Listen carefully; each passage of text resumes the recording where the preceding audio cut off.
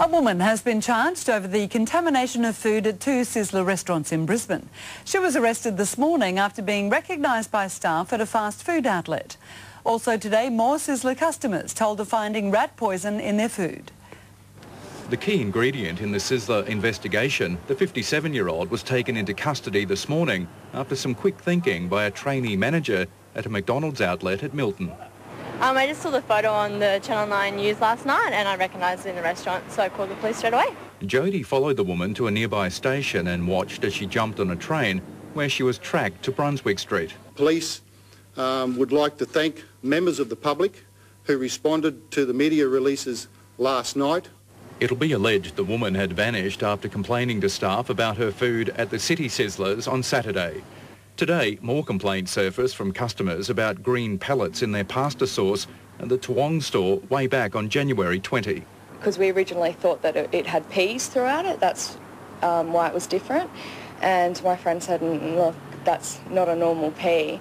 And my other friend bit into one and she basically nearly vomited, just had a gag reaction. We called the waitress over and she has come over to us and we asked her if she knew what it was, if it was something different that was put in, and she said she wasn't sure but she'd take it to the kitchen and find out. The woman was questioned at City Station for more than 4 hours before her lawyer, Terry O'Gorman, arrived. She was taken to the watch house soon after.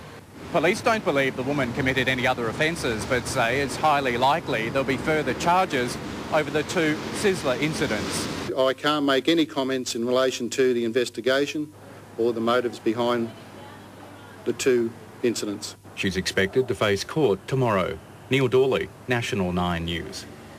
Sizzler's handling of the food tampering drama has been slammed by the state government.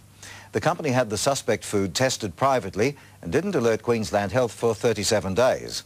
The Health Minister is planning new laws to ensure diners are not put at risk again. It was never going to be business as usual at Sizzler outlets today. No salad bars. Instead, a side order of controversy and a sour taste. Would you eat there again? No, probably not. Maybe in a while, but definitely not right away. The Premier signalled early in the day that Sizzler's conduct had put major reforms squarely on the menu. The introduction of mandatory reporting, forcing restaurants to holding samples of contaminated food.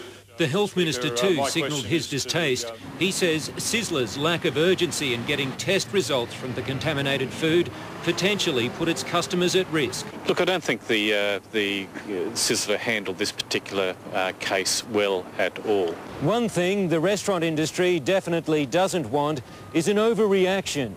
Anything that could create a climate of fear among potential customers. It's certainly not been helpful, but by the same token, this is an isolated incident. Isolated, yes, but the government is determined the delay in notification will never happen again and told a meeting of food industry representatives just that. Yes, mandatory reporting will become a reality. There'll be penalties too. Sizzler, though, will not be punished. In the first instance, they should have contacted either Queensland Health or the Queensland Police. Sizzler's learnt a costly lesson. Its salad bars will stay closed for at least another week, costing the company hundreds of thousands of dollars every day. We have learnt an awful lot. Phil Wilmington, National 9 News.